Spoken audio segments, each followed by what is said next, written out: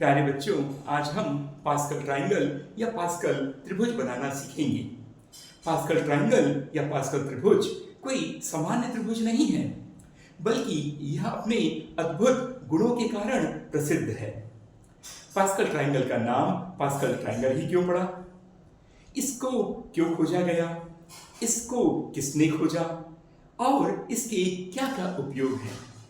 इसके लिए लगातार हम वीडियो लेक्चर्स बनाएंगे। इनका अवलोकन आप जरूर कीजिएगा, क्योंकि इसका प्रयोग न केवल गणित, भौतिकी, रसायन, जीव विज्ञान, बल्कि कंप्यूटर विज्ञान और आर्टिफिशियल इंटेलिजेंस में भी होता है। इसके अनेकानेक उपयोग के कारण क्या है?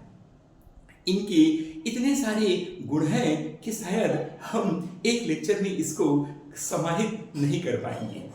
इसके लिए अनेक लेक्चर्स बनाने होंगे, क्योंकि पास्कल ट्रायंगल के गुण ही अनेक हैं। तो चलिए देखते हैं पास्कल ट्रायंगल का नाम पास्कल ट्रायंगल क्यों पड़ा। आप तो जानते होंगे, महान खगोलविद, प्रायोगिक विज्ञान के जन्मदाता, विज्ञान के जनक। चलिए गेस कीजिए कौन है वो। मैं एक हिंट देता हूं, वह इटली के रहने वाले थे और पीसा की झुकी मीनार में उनका प्रसिद्ध प्रयोग विश्व प्रसिद्ध है, जहां पर उन्हें ये बताया कि दो वस्तुओं को यदि हम जमीन में गिराएं तो हल्की वस्तु या भारी वस्तु, यह कोई फर्क नहीं पड़ता, दोनों समान रफ्तार से समान समय में ही गिरेंगे। यह अद्भुत प्रयोग महान खगोलविद गैलीलियो ने किया था। गैलीलियो ने जब यह प्रयोग किया तो वह इटली की पीसा की झुकी मीनार, आपने सुना होगा, पीसा की झुकी मीनार में यह प्रसिद्ध प्रयोग किया। गैलीलियो ने टेलीस्कोप के जरिए खगोल विज्ञान में एक नई क्रांति मचा दी। खगोल विज्ञान में क्रांति का श्रेय भी गैलीलियो को जाता है। तो जैसे गैलीलियो गुरु थे, वैसे ही उनके शिष्य थे। उनमें से एक शिष्य पास्कल थे, जिनका पूरा नाम ब्लेज पास्कल था।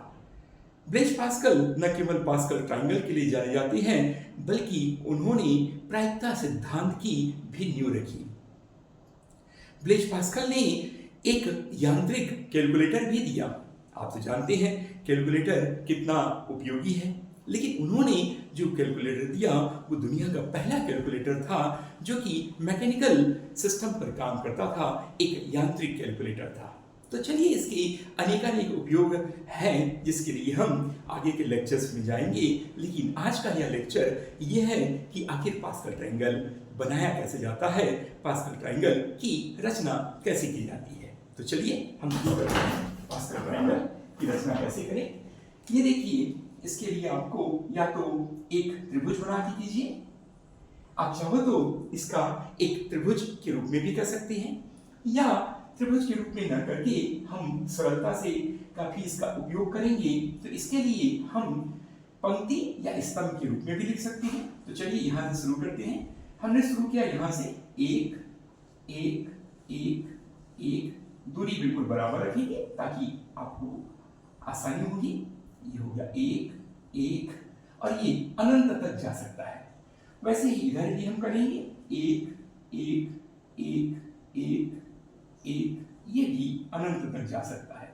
तो आप देख सकते हैं इसकी कोई सीमा नहीं है, भले ही यहाँ पर परिमित है, पर फाइनली यह अनंत तक बनाया जा सकता है।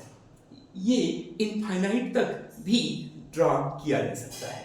तो चलिए देखते हैं कि हमने ये देखिए, इसे हम पंक्ति कहेंगे, अनंत तक जाएगा, और यह स्तंभ है। तो पंक्ति और स्तंभ में हमने बिल्कुल बराबर दूरी पर, इक्वल स्पेस पर हमने एक एक एक एक एक लिखा। ये सभी एक एक एक है। अब आप देखेंगे अन्य संख्याएं कैसे लिखी जाती है, और यह धीरे धीरे एक एक करके आगे बढ़ता है, और बड़ी सरलता से आप इसे समझ सकते हैं। और एक बार आपने पास्कल ट्रायंगल बनाना सीख लिया तो हर बार इसका उपयोग कर सकते हैं, और कई क्षेत्रों में इसमें नवाचार भी कर सकते हैं। तो हम देखते हैं कि अगली संख्या जो आएगी वो 2 आएगी। अब पूछेंगे आप कि ये 2 कहां से आया, दो लिखने के लिए हमें केवल एक नियम या रूल का ध्यान रखना होगा, और वह नियम ये है कि दो हमेशा ऊपर की संख्या और इसके बाईं संख्या का योग होगी। तो दो के ऊपर की संख्या कितनी है? एक, और इसकी बाईं संख्या कितनी है? एक। तो एक और एक को जोड़ेंगे तो हमें दो मिलेगा। अब हम देखते हैं अगली संख्या क्या होगी? 3। ऊपर की संख्या 1, बाईं संख्या 2, 2 और 1 3। फिर हम देखेंगे और अगली संख्या, यहाँ क्या हो जाएगा? 4, 1 और 3 4। अगली संख्या क्या होगी? 1 और 4 5। अगली संख्या क्या होगी? 1 और 5 6। इसी प्रकार यह अनंत तक बढ़ता जाएगा। तो आपने देखा कि नई संख्याएं लिखने के लिए हमें किस नियम का पालन करना होता है। हम केवल ऊपर और उसकी बाईं की संख्या को योग कर देते हैं, जोड़ देते हैं, और हमें नई संख्या मिल जाती है। अब हम देखेंगे इस आधार को, इस लाइन को हम कैसे पूरा करें। ऊपर की संख्या है 2, बाईं संख्या है 1, तो यहाँ पर जो संख्या आएगी 3। अब यहाँ पर क्या आएगा? ऊपर की संख्या 3, बाई 3, ये हो गया 6। यहाँ क्या आएगा? ऊपर 4, यहाँ 6, 4 और 6 10। यहाँ क्या आएगा? 5 और ये 10, ये 15। इसी प्रकार आगे बढ़ता जाएगा। यहाँ क्या आएगा? 3 और 1 4। यहाँ क्या आएगा? 4 और 6 10। यहाँ क्या आएगा? 1 और 4 5। यहाँ क्या आएगा? 1 और 5 6।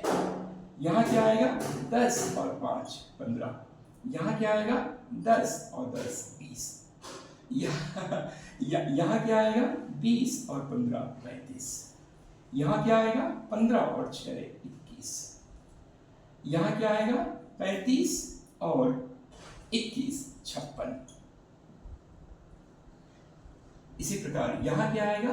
15 और 20 35। यहाँ क्या आएगा? 15 और 6 21। और यह चलता ही जाएगा। तो यही है पास्कल ट्रायंगल। तो आप देख सकते हैं कैसे होता है। तो बिल्कुल यह त्रिभुजीय रूप में है।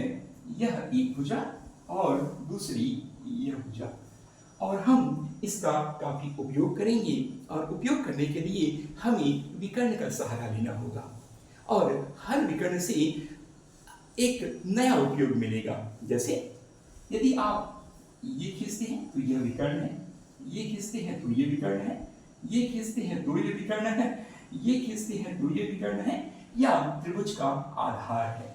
क्योंकि त्रिभुज में 3 भुजाएं होती हैं, एक ये भुजा, दूसरी ये भुजा, और तीसरी जो भुजा होगी आधार होगी, और इस आधार को लेकर ही हम काफी अनुप्रयोग करेंगे।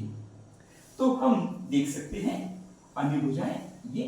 तो अब देख सकते हैं इस एक त्रिभुज के अंदर कितने त्रिभुज हैं, या कह सकते हैं यह त्रिभुज भी अनंत है, और उसके अंदर भीतर भी अनंत त्रिभुज मिलेंगे, और हर त्रिभुज से हमें एक नया अनुप्रयोग मिलेगा, नया एप्लीकेशन मिलेगा।